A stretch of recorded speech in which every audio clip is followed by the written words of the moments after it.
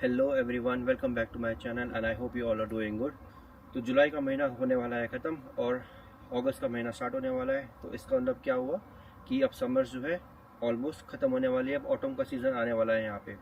तो अगर आप जुलाई, अगस्त या सितंबर के महीने में फ़िनलैंड आ रहे हो तो ये वीडियो आपके लिए बनी हुई है, बिकॉज मैं आपको बताने वाला हूँ कि आपको यहाँ पे क्या क्या चीज़ें लेके आनी है पैक करके। कोई भी ऐसी कंट्री से आ रहे हो जो जहाँ का टेम्परेचर यूजुअली हॉट रहता है, और अगर आप वहाँ से फ़िनलैंड आ रहे हो तो आपको क्या क्या चीज़ें लेके आनी है यहाँ पे। तो मैं आपको जनरली वही चीज़ें बताऊँगा जो मैं लेके आया था अपने साथ। So without further edu let's start the video.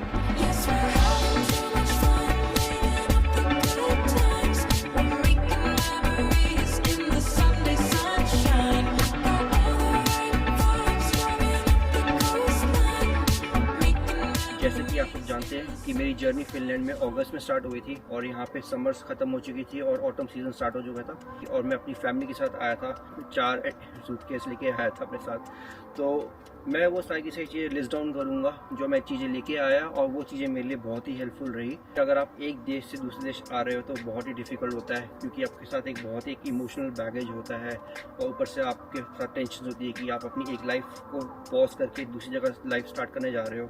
It's really difficult. मैंने अपनी पैकिंग लिस्ट को 5 सेक्शंस में डिवाइड करके रखा हुआ है। फर्स्ट इज़ रेलेवेंट या important documents, second thing is clothes, third thing is utensils, fourth is personal items and fifth is miscellaneous stuff जैसे कि फूड आइटम्स हो गए। तो अब हम शुरुआत करते हैं डॉक्यूमेंट्स के साथ। डॉक्यूमेंट्स में आपका वही इंपॉर्टेंट चीज़ होती है, जैसे कि पासपोर्ट हो गया, आपकी फ़्लाइट की टिकट हो गई, आपकी रेजिडेंस परमिट हो गया, या आपका स्टडी वीज़ा या जो भी वीज़ा के बेसिस पे आप यहाँ पे आ रहे हो।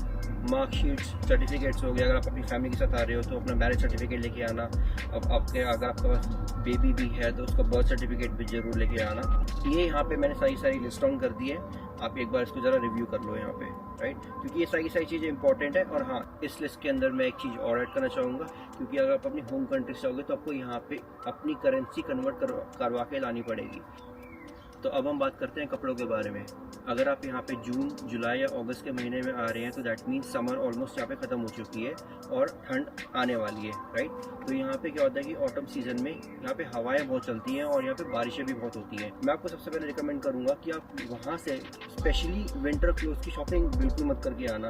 आपके पास जो भी कपड़े हैं वहाँ पे विंटर के लिए आप वही लेके आ जाओ यहाँ पे, बिकॉज आपको at the end of the day जब यहाँ पे टेम्परेचर -20 -30 जाता है विंटर्स के टाइम पे, तो आपको यहाँ से ही कपड़े खरीदने पड़ेंगे यूजुअली। मतलब आपको यहाँ की जैकेट खरीदनी पड़ेगी और शूज़ खरीदने पड़ेंगे, राइट। तो स्पेशली विंटर की शॉपिंग करके मत आना।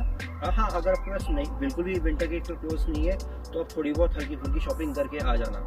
एक्चुअली जो यहाँ पे नवंबर तक का जो टेम्परेचर जाता है, मतलब 0 डिग्री तक भी चले जाता है। हाँ, तो अब मैं बात करता हूँ लिस्ट की आइटम्स की, कि आपको क्या क्या चीज़ें लानी चाहिए कपड़ों के अंदर। तो ये एक जनरलाइज लिस्ट है, तो आप अपने लगेज वेट के अकॉर्डिंग आप इसको कस्टमाइज़ कर सकते हो। तो विंटर का ध्यान में रखते हुए मैं कपड़ों में सबसे पहले मैंने थर्मल्स को प्रायोरिटी दी थी। मैं 2 पेयर थर्मल्स लेके आया था, 5 जीन्स लेके आया था जिसमें से मैं एक पहन के आया था और 4 मेरे बैग में थी, 3 स्वेट शर्ट्स लेके आया था और 3 फुल स्लीव टी शर्ट्स लेके आया था और 4 हुडीज़ लेके आया था। उसके बाद मैंने सॉक्स लेके आया था। टॉवल वाले सॉक्स में 8 पेयर लेके आया था। गर्मियों में भी चल जाते हैं और थोड़ी ठंड होती है तो उसमें भी चल जाते हैं, और फिर जब यहाँ पे तो जब बहुत ठंड होती है तो वो उसमें भी यूज़ कर सकते हैं। 2 पेयर जूते थे, मतलब एक मैं पहन के आया था, एक मैंने बैग में रखे हुए थे, लेकिन ये विंटर शूज़ नहीं थे क्योंकि ऑटम सीज़न है। तो ऑटम सीज़न में यूजली क्या होता है कि हवाएँ चलती हैं बहुत सारी, तो आप जैकेट इस तरह से लेके आना कि जो विंड को ब्लॉक कर सके, आपको थोड़ा सा गर्म सा भी लगे और विंड भी ब्लॉक करे। तो मैं इंडिया से 2 जैकेट्स लेके आया था, जो आपने मेरी जो वीडियोस में देखेंगी स्टार्टिंग की वीडियोस में, जैसे कि जो मैं ब्लैक जैकेट पहनता हूँ, राइट, वो मैं इंडिया से ही लेके आया था। वो ज़्यादा मोटी नहीं है और ज़्यादा पतली भी नहीं है, वो ठीक ठाक है। अब अपनी एक वुलन कैप लेके आओ और वुलन ग्लव्स ले आओ। अगर आपको क्या कहते हैं बाथरूम स्लीपर्स भी लेके आनी है तो आप भी ला सकते हो। और इसके साथ साथ ही क्योंकि आप अपने सारे के सारे विंटर क्लोथ साथ में लेके आ रहे हो तो आप अपने कुछ समर के कपड़े भी लेके आओ। मैं 3 शॉर्ट्स लेके आया था, 5 हाफ स्लीव टी शर्ट, घर के कपड़े, नाइट सूट, वो 3-4 पेयर मोर देन इनफ। तो अब बात करते हैं हम पर्सनल आइटम्स की। अब जैसे कि मैं स्पेक्स पहनता हूँ, राइट, तो मैं 2 स्पेक्स ज़रूर लेके आया था इंडिया से, क्योंकि मान लो एक ख़राब हो जाए या एक गलती से कहीं टूट जाए तो आपका दूसरा जो स्पेक्टिकल्स है वो आपके लिए रेडी रहेंगे। अब क्योंकि ये ऑटम सीज़न चल रहा है, राइट, और फिनलैंड की जो लोकेशन जो है ऑलमोस्ट नॉर्दर्न हेमिस्फीयर में पड़ती है, राइट। तो जो सन की रेज होती है ना वो सीधा आंखों में लगती है। तो आई वुड रिकमेंड कि आप सनग्लासेस ज़रूर लेके आना, उसको भूलना नहीं बिल्कुल भी। So you need to get one umbrella या पॉन्चो हो गया या रेनकोट जो आपको बारिश से भीगने से बचा सके। एटलीस्ट 2-3 स्क्रीन गार्ड इंडिया से ही लेके आ जाओ, फ़ोन कवर भी ले जाओ, क्योंकि यहाँ पे स्क्रीन गार्ड बहुत एक्सपेंसिव है।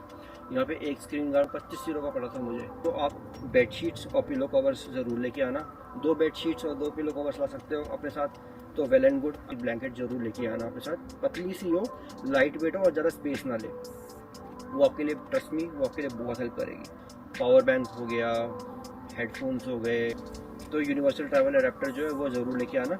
मैं 2 लेके आया था। अपनी जो बेसिक मेडिसिन जो है वो ज़रूर लेके आना है। यहाँ पे ये सब मेडिसिन आप लेके आ रहे हो, इसको एक पॉली बैग में बांध के अपने चेक इन वाले बैग में डाल देना। तो उसका बिल बना लेना मेडिसिन का, और बिल मेडिसिन के बैग में ही, पाउच में वो बिल डाल के सीधा उसमें डाल देना। मैं आपको ये रिकमेंड करूँगा। अगर आप इंडिया से यहाँ पे फिनलैंड आओगे तो आपको खाना बनाने के लिए कुछ तो चाहिए होगा, राइट। क्या चाहिए? यस, यही यूटेंसिल्स। यहाँ पे खाना जो फिनलैंड में बनता है वो फ्लैट बेस इंडक्शन में बनता है। यहाँ पे जितने भी यहाँ पे स्टव हैं यूजुअली ग्लास प्लेट वाले इंडक्शन वाले स्टव होते हैं। आपको जो भी आप यूटेंसिल्स लेके आओगे, you have to make sure कि वो इंडक्शन कंपैटिबल हो। फ्लैट बेस और इंडक्शन कंपैटिबल होते हैं, वो कुछ इस तरह से ऐसे दिखते हैं। तो बर्तनों की लिस्ट में सबसे पहले हमारा आता है कुकर, प्रेशर कुकर। और अगर आप प्रेशर कुकर लेके आ रहे हो तो मेक श्योर कि आप उसकी एक एक्स्ट्रा सीटी और उसकी जो एक्स्ट्रा बेल्ट होती है, जो रबड़ होती है, वो एक्स्ट्रा लेके आना। तवा, चकला बेलन, फ्लैट बेस का कढ़ाई, कैसरोल, पैन जिसमें आप चाय बनाते हो, चाय छन्नियाँ, परात।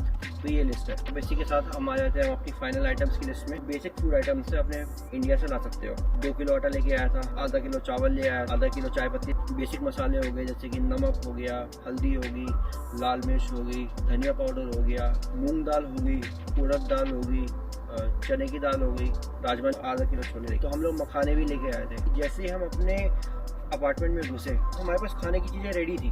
तो जो छोटी मोटी चीज़ें हो गई जैसे कि ब्रेड हो गया, दूध हो गया, वो तो फिर मैं मार्केट से लेने गया था वो चीज़।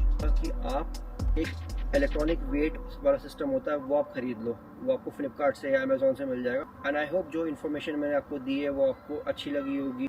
एंड विद दैट अब हम आपसे मिलेंगे अगली वीडियो में। Till then take care, bye bye and happy journey.